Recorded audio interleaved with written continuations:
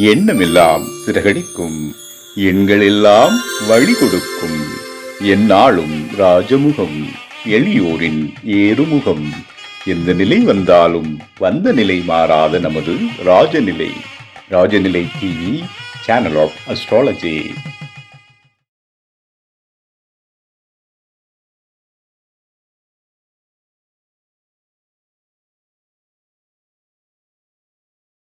வாழ்க வையகம், வாழ்க வையகம், வாழ்க வளமுடன். அம்மா அப்பா பாதம் பணிந்து வணங்குகிறேன். ஜோதிட குருமார்களுக்கும் நவகிரகங்களுக்கும் பஞ்சபூதங்களுக்கும் பிரபஞ்சத்திற்கும் குலதெய்வத்திற்கும் இஷ்ட தெய்வத்திற்கும் என் அன்பான வணக்கம்.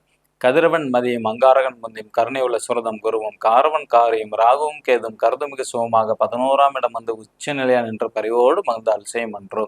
உலகெங்கும் உள்ள ராஜநிலை டிவி ரசிக பெருமக்கள் அனைவருக்கும் உற்சாகமான காலை வணக்கம். இன்று பிறந்தநாள் மற்றும் திருமண நாள் கொண்டாடும் அனைவருக்கும் ராஜநிலை டிவி சார்பாக வாழ்த்துக்களை தெரிவிப்பது உங்கள் ராஜநிலை எண்கணித வித்தகர் லால்குடி செந்தில். இன்றைய பஞ்சாங்கம் உத்தராயண காலம் விஸ்வாவசு வருடம் பங்குனி மாதம் 25ஆம் தேதி புதன்கிழமை. இன்று தேய்பிறை சஷ்டி. ஓகேங்களா, 8/4/2026. நல்ல நேரம் காலை 9:30 மணி முதல் 10:30 மணி வரை, மாலை 4:30 மணி முதல் 5:30 மணி வரை. கௌரி நல்ல நேரம் காலை 10:30 மணி முதல் 11:30 மணி வரை, மாலை 6:30 மணி முதல் 7:30 மணி வரை. ராகு காலம் மதியம் 12 மணி முதல் 1:30 மணி வரை. குளிகை நேரம் காலை 10:30 மணி முதல் 12 மணி வரை. யமகண்டம் காலை 7:30 மணி முதல் 9 மணி வரை. சூலம் வடக்கு திசை.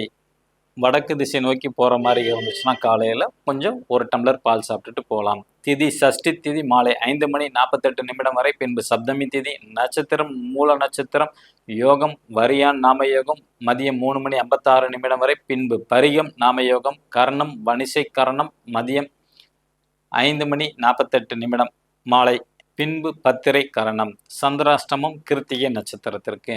கிரக நிலவரங்கள்: மேச ராசியில் சுக்கிர பகவான், மிதுன ராசியில் குரு பகவான், சிம்ம ராசியில் கேது பகவான், தனுசு ராசியில் சந்திர பகவான், கும்ப ராசியில் ராகு பகவான், மீன ராசியில் சூரிய பகவான், செவ்வாய் பகவான், புதன் பகவான் மற்றும் சனி பகவான். நம்ம ஜோதிட குறிப்பில் ஒவ்வொரு மாதமும் ஒவ்வொரு மாதத்துக்கு உண்டான பலன்கள் சொல்லிட்டு வரோம். இப்போ தமிழ் புத்தாண்டு பிறக்க போகுது. ஓகேங்களா, விஸ்வாவசு வருடத்திலிருந்து பராபவ வருடம் புது தமிழாண்டு பிறக்க போகுது. இந்த தமிழ் வருட பிறப்பானது 12 ராசிக்கும் எப்படி இருக்கு அப்படிங்கிறது நாளையிலிருந்து நம்ம பார்க்க போறோம். ஒவ்வொரு ராசிக்கும் 2 நாள், ஏன்னா சித்திரை மாசமும் அதுதான், தமிழ் புத்தாண்டும் அதுதான். ஓகேங்களா, அதனால ஒவ்வொரு ராசிக்கும் 2 நாள் வீதம் எப்போதும் போல வீடியோஸ் வரும். பொதுவாக நம்ம வருஷ பிறப்புனா என்ன பண்ணுவோம்?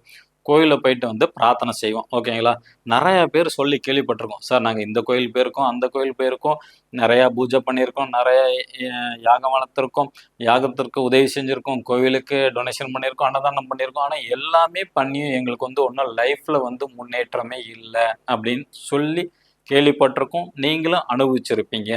இதுக்கெல்லாம் காரணம் என்ன அப்படின்னு நம்ம ஒரு நிமிஷம் கொஞ்சம் மௌனமாக சிந்திச்சு பார்த்தோம்னா, நம்ம மனிதனா பிறக்கிறதுக்கு முன்னாடி இந்த ஜென்மம் இல்லை, கடந்த ஜென்மத்திலிருந்து நம்ம செஞ்சுட்டு வந்திருப்போம் பார்த்தீங்களா, அதோட கர்மாக்கள்ல ஃபர்ஸ்ட் நம்ம கிளியர் பண்ணணும். அதை நம்ம யாராச்சும் பண்றோமா? நிச்சயமாக இல்லை. ஓகேங்களா, இப்போ எக்ஸாம்பிள் பாருங்க. இது ஒரு ஒயிட் ஷீட்டு. இதில் பாருங்க கண்ணாம்னான்னு எழுதியிருக்கு. ஓகேங்களா, இதுதான் நீங்க. ஓகேங்களா, நீங்க போன ஜென்மத்தில் செஞ்சுட்டு வந்தது இப்படி தான் இருக்கும். அப்போ இந்த ஜென்மத்தில் போய் நீங்க எதுவும் பிரார்த்தனை பண்ணீங்கன்னா இதுல எழுதுனா உங்களுக்கு தெரியுமா? தெரியாதுல்ல. இப்ப இதே பாருங்க, இந்த பேப்பருக்கு பதிலா இப்ப இந்த ஒரு பேப்பர்ல பாருங்க பிளைனா இருக்கு. அப்ப இதுல நம்ம எது எழுதினாலும் நமக்கு என்ன தேவைங்கிறத எழுத முடியும். புரியுதுங்களா? அப்ப நம்ம இறைவன்கிட்ட போய் எப்படி பிரார்த்தனை பண்ணணும் அப்படிங்கிற ஒரு விதிமுறை இருக்கு. கடந்த ஜென்மத்துல செஞ்சுட்டு வந்த பாவங்களை ஃபர்ஸ்ட் டெலீட், அழிக்கணும். அப்போ அதை அழிச்சாச்சுன்னா இந்த ஜென்மத்தில் நீங்கள் பிறப்பெடுத்த பயணம் இந்த மாதிரி ஒயிட் ஷீட்டில் எழுதுகிற மாதிரி உங்களுக்கு என்ன தேவை எழுதுனீங்கன்னா நிச்சயமாக கிடைக்கும். ஆனால் நம்ம என்ன பண்ணுறோம்? ஆல்ரெடி நம்ம கர்மாக்கள் எல்லாமே போன ஜென்மத்தில் செஞ்சுட்டு வந்தது. பாசிட்டிவும் செஞ்சுருப்போம், நெகட்டிவும் செஞ்சுருப்போம். அதோட பேலன்ஸ் விகிதம் இருக்குது. ஓகேங்களா, இப்போ எக்ஸாம்பிள் ஒரு 100க்கு 90% பார்த்தீங்கன்னா பாவங்கள் இருக்கு. மீதி 10% தான் புண்ணியம் செஞ்சீங்கன்னா அந்த 10% புண்ணியம் சிறு வயதிலே அனுபவிச்சிருவீங்க. மீதி 90% பாவத்தை கடைசி காலம் வரைக்கும் கொண்டுட்டு போகணும். ஒரு சில பேர்த்துக்கு இப்படியே உல்டாவா நடக்கும். 10% பாவம், 90% புண்ணியம் செஞ்சிருப்பாங்க. இப்ப அரசியல் இருக்கிறவங்க பாருங்க, போன ஜென்மத்துல நிறைய புண்ணியம் செஞ்சிருப்பாங்க. அதனால இந்த ஜென்மத்துல வந்து நல்லா வாழ்வாங்கு வாழ்ந்துகிட்டு இருக்கிறாங்க. ஓகேங்களா? புரியுதுங்களா? சில பேர் வந்து பேலன்ஸா இருக்கும். 50-50யா இருக்கும். கொஞ்சம் அப் அண்ட் டவுனாவே லைஃப்ல இருக்கும்.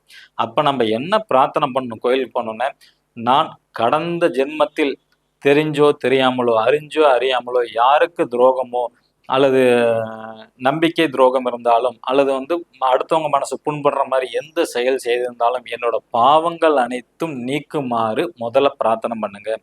இது எவ்வளவு நாளுக்கு சார் அப்படின்னு கேட்டீங்கன்னா, நீங்க பக்கத்துல இருக்க கோயிலுக்கு போறீங்கன்னா டெய்லியும் போயிட்டு வாங்க. ஒரு 100 நாளுக்குள்ளார அந்த இது வந்து டெலீட் ஆகும். நல்ல சக்தி வாய்ந்த தெய்வத்தை வந்து நீங்க பிடிச்சுங்க.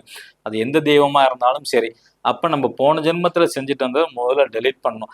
நீங்க அது டெலீட் ஆகும் போதே உங்களுக்கு தெரிஞ்சிடும். ஓகேங்களா? இது எப்படி தெரியுறது அப்படின்னா, உங்களோட கஷ்ட காலம் கொஞ்சம் கொஞ்சம் கொஞ்சமா மாறுறது உங்களால அனுபவிக்க முடியும், உணர முடியும். ஓகேங்களா? அப்ப அந்த உணர்தல் வந்துட்டாவே உங்களுக்கு உங்களோட பாவங்கள் அழிக்கப்பட்டாவே உங்களோட ஆன்மால வந்து பிளெயினா இருக்கும். அப்போ உங்களுக்கு என்ன கேட்குறீங்களோ அது வந்து பூர்த்தி ஆயிரும். இதுதான் பிரார்த்தனைக்கான முதல் ஸ்டெப். ஓகேங்களா?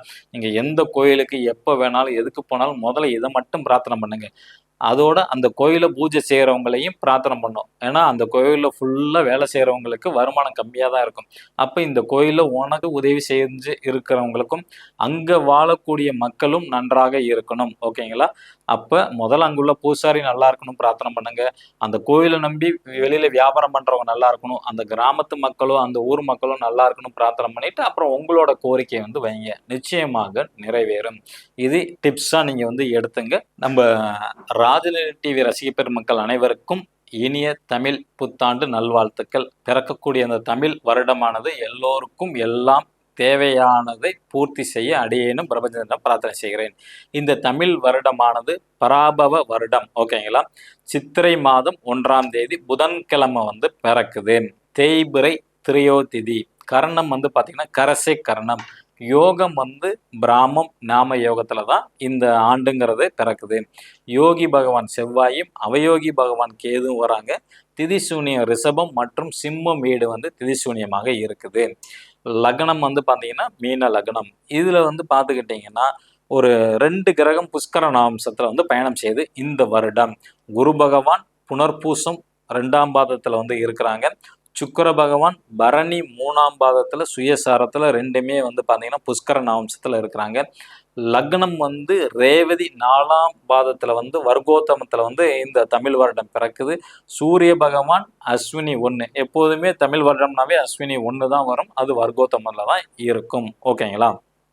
அப்ப இந்த கிரக நிலவரப்படி எடுத்துக்கிட்டோம்னா அற்புதமான அமைப்பு. இந்த தமிழ் வருடம்ங்கிறது வந்து பாத்தீங்கன்னா ராஜாவாக குரு பகவானா தான் வராங்க. ஒவ்வொரு வருஷத்துக்கு வந்து மாறுபடும். இந்த வருஷம் வந்து ராஜாங்கிறது குரு பகவான் வராங்க.